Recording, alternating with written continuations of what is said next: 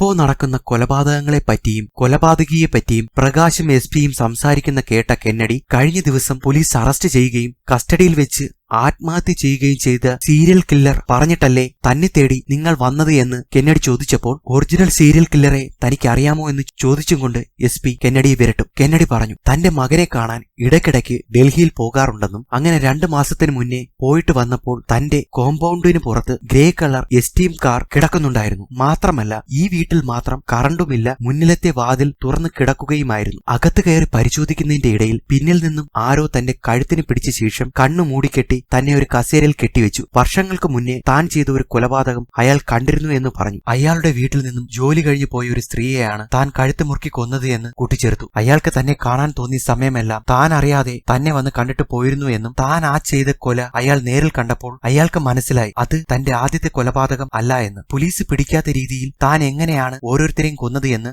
അറിയണമെന്ന് പറഞ്ഞ് ഉപദ്രവിച്ചപ്പോൾ pressure point അറ്റാക്കിനെ കുറിച്ചുള്ള കാര്യം താൻ അയാൾക്ക് പറഞ്ഞു കൊടുത്തു എന്നും തന്നിൽ തന്നെ അത് പരീക്ഷിച്ച ശേഷം അയാൾ പോയി. ആളുടെ ശബ്ദം മാത്രമേ താൻ കേട്ടിട്ടുള്ളൂ എന്നും വേറെ ഒന്നും അയാളെപ്പറ്റി അറിയില്ല എന്നും എന്നാൽ അയാളുടേതെന്ന് സംശയമുള്ള ആ ഗ്രേ എസ്റ്റീം കാർ റിവേഴ്സ് എടുത്തപ്പോൾ കുട്ടികൾ കളിക്കുന്ന തോക്കിൽ നിന്ന് വരുന്നത് പോലെയുള്ള ശബ്ദം താൻ കേട്ടിരുന്നു എന്ന് കെന്നഡി പറഞ്ഞ് പ്രകാശിനെ തള്ളി മാറ്റി ഓടി കിച്ചണിലേക്ക് കയറി ഗ്യാസ് സിലിണ്ടർ ഓപ്പൺ ആക്കും. ഗ്യാസിന്റെ സ്മെല്ല് മനസ്സിലാക്കിയ എസ്.പി പ്രകാശിനെ വിളിച്ച് പുറത്തേക്ക് ഓടും. അടുത്ത സെക്കൻഡിൽ തന്നെ സിലിണ്ടർ പൊട്ടിത്തെറിച്ച് കെന്നഡി മരിക്കും.